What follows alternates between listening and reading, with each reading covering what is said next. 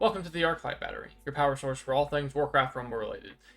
I know, it's been a minute, and these guides aren't really relevant because raids are gone, but I just wanted to go ahead and make them so that you can enjoy them before the next time Molten Core is around. I'm sorry I didn't get to it before it ended.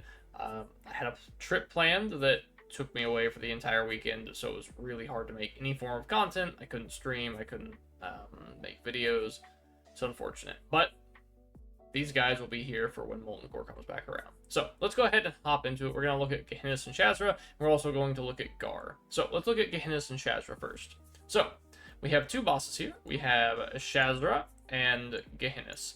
Shazra will walk back and forth along here and here, and he has two abilities. One is Arcane Explosion. So anytime there is a melee unit in range, he will start using Arcane Explosion, even if it's a ranged unit. If it's on the ground for whatever reason, he just casts Arcane Explosion. It deals damage to everything.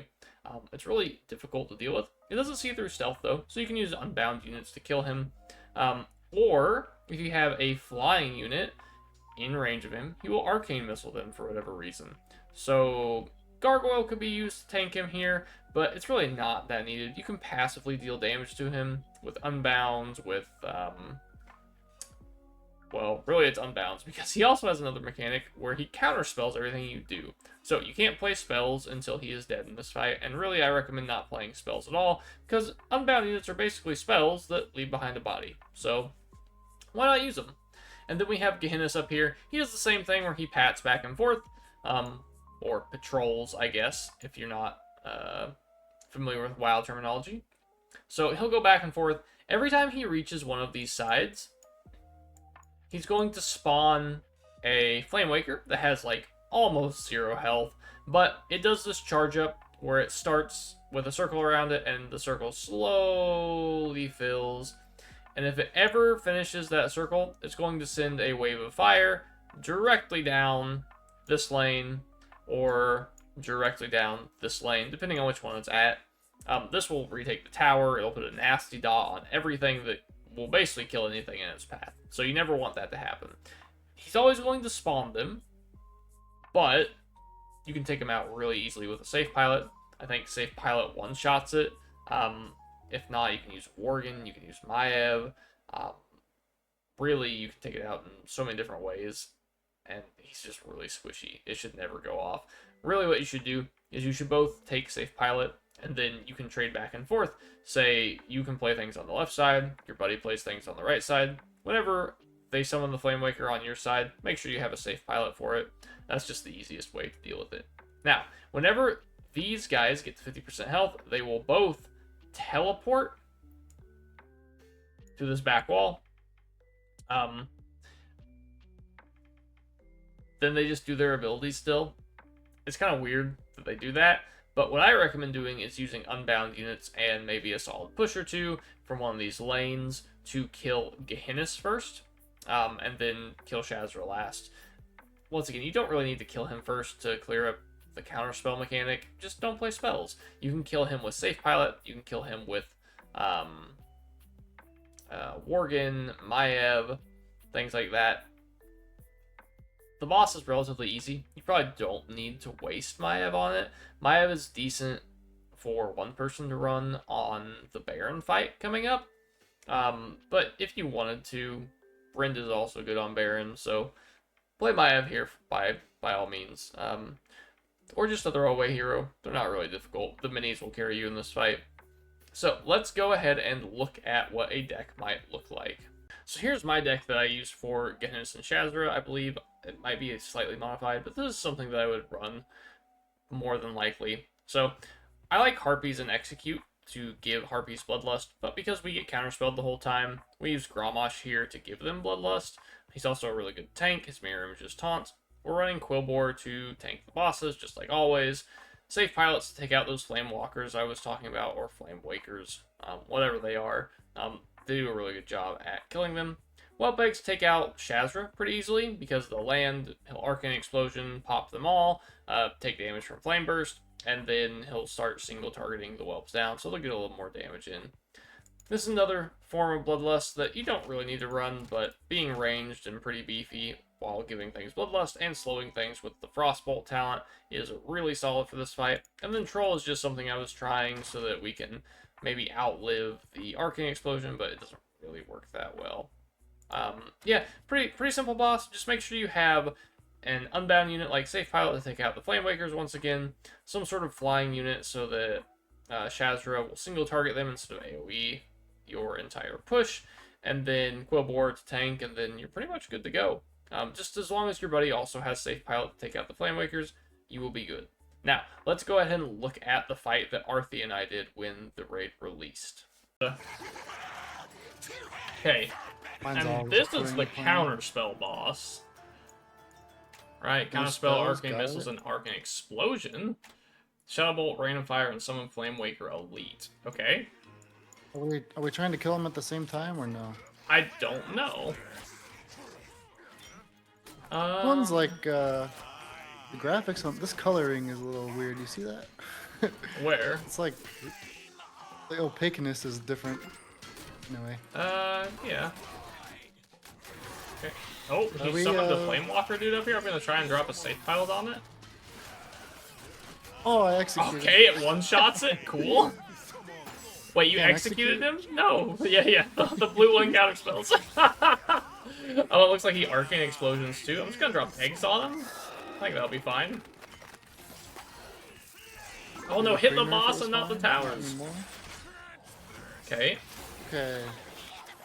Is there any transition on this one? I have no idea. There's no bars up there. Okay, does Griffin outrange Arcane Explosion? He sure doesn't.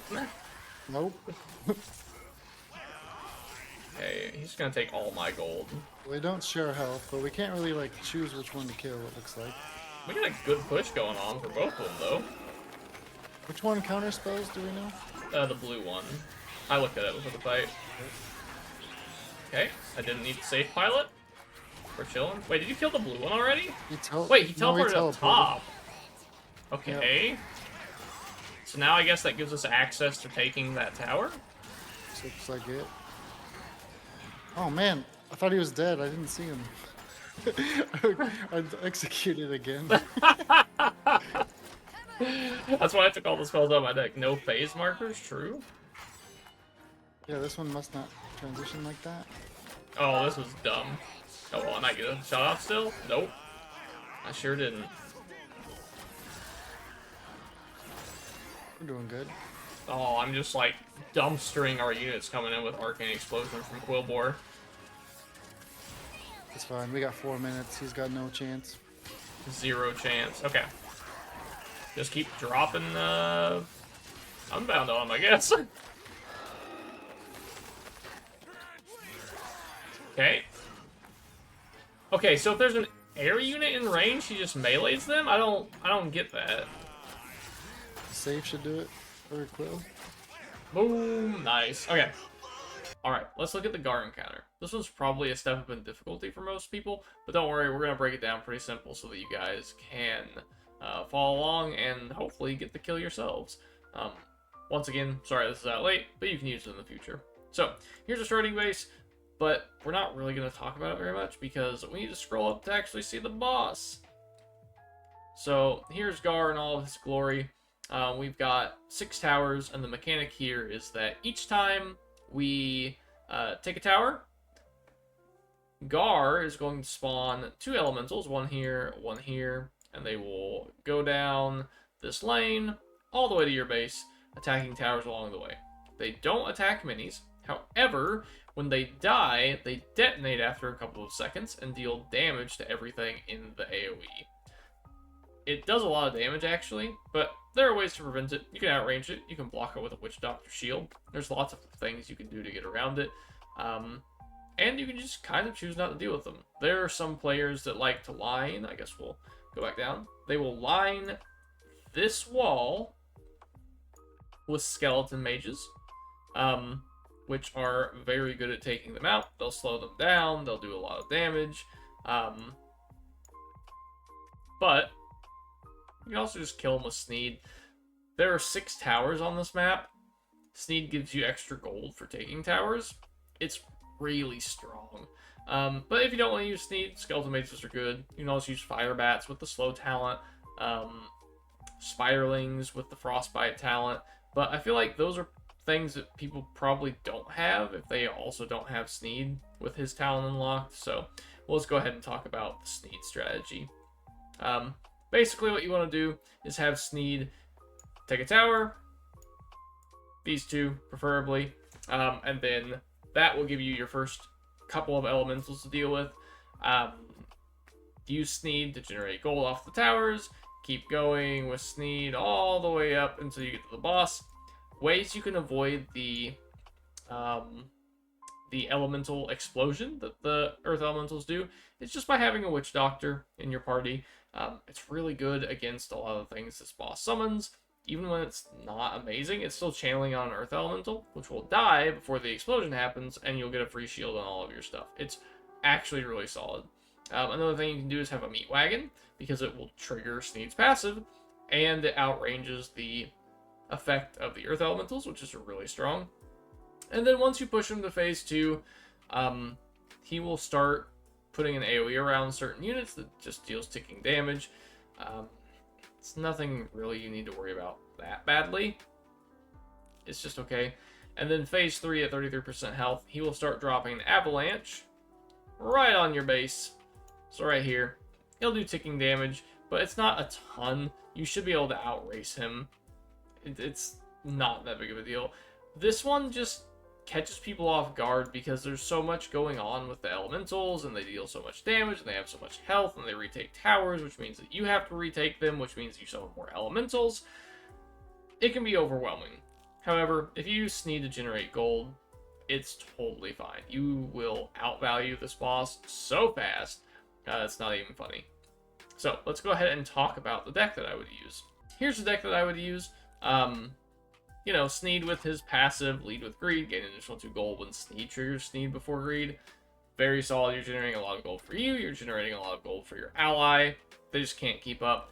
I was using Execute and Deep Breath. You really don't have to. One of the other mechanics in this fight is that everything has armored. So being able to take armored off of the Earth Elementals and whatever else he summons is good. It's long range, so it reaches across the map, so you can kind of help your buddy out if you need to, but you do not need either of these spells. The main thing is Sneed, generating gold, Meat Wagon to help with the range talent, being out of range with the Earth Elemental explosions, and then Witch Doctor to also block those Earth Elemental explosions. I was using Fire Bat, or Bat Rider with the Flaming Pitch talent to reduce speed. Not needed if you're playing Sneed, but decent enough. Ogre, once again, Frostbolt, slow the elementals. Once again, don't really need to, but it's just something that kind of helps. And then it was giving Bloodlust to Sneed, which was really solid. Execute kind of helps take out the elementals, as well as put damage on the boss when you need to, especially in the last phase. And it also was really good at retaking towers quickly, getting them low so that Sneed could generate that gold a little quicker for you if you really needed that burst of gold right then and there, but really the only thing that's needed is Sneed, Meat Wagon, and Witch Doctor, I would say. Everything else is just kind of icing on the cake, and you can do whatever you want. But let's go ahead and show you the clip where Arthi and I kill it. I saw you start. He queued for Garr, and then that was a couple minutes ago. I'm guessing he's struggling a bit with it. With Sneeds. This is like a challenge check for a lot of people, I think. Yeah, pretty fun, honestly. Oh, I got Sneed right away. Gold overload incoming. That was such a bad excuse, but it's fine. No big deal. Gonna have so much gold. Okay. We might have to do something. Oh, Ogre Mage is a good pick, actually. We might have to do something where we slowly take towers, because we have 2 on each side now, which could be problematic potentially. So wait and see. I got Execute. You should have Execute as well. Oh, you can fix it later. True. I do have Execute. I hit 2 of them with Execute. Oh, same. And the tower. Oh yeah, that's fine. Oh, they explode on death though. Slow Ogre Mage is really good. Does it actually slow them? Yep. Nice. moaning on the left-hand side. I'm kind of there too. Witch Doctor is also insane because it absorbs the explosion. Oh, nice. What a good call.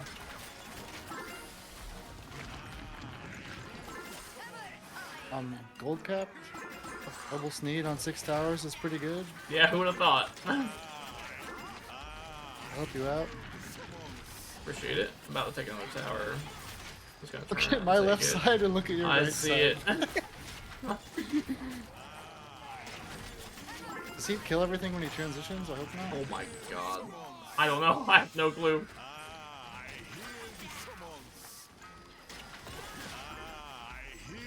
Okay, we're just gonna keep summoning elementals. No big deal.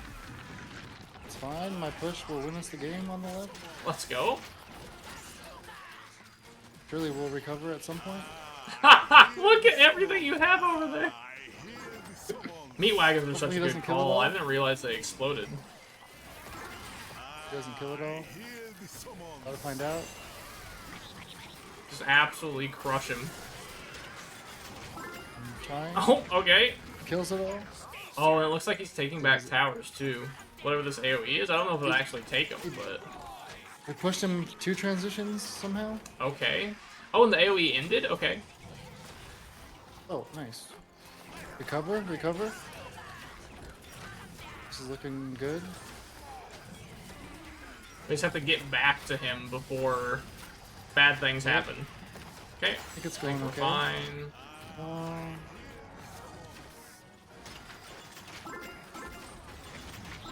Oh yeah, Oh, look that at was all the these most gold I've ever rebellions. seen in my life. I helped you out, Thank you. but at what cost? True. Are you okay? Do you have an execute? Oh, I Your next just used it on my executes go side. over here. I'll drop a Bat Rider on your side. I'm working on the boss now. We're gonna win right here. We got it. Okay. I think. Removing armor. Gonna I don't think he execute has the anything to Ellie just stop to get what your we have push going up on. there. Gonna be close. It's gonna be really close. Oh, we need to just execute him. Execute. Yep. Got execute in just a couple seconds. Should be it. Okay, Sneed on 6 Nice. towers, you're right. There you have it. There is my guide for Wing 2. I know it's late, but we had to be out of town this weekend, which was kind of awful on Raid Week, but it is what it is. The guides are coming now. Obviously not going to be helpful for last cycle, but moving forward, you should have these as a resource so that you can have them the next time raids are around. So thank you guys for watching. I greatly appreciate every single last one of you. The game is headed in a good direction. I'm excited to see where it goes. So, until next time, guys. Bye.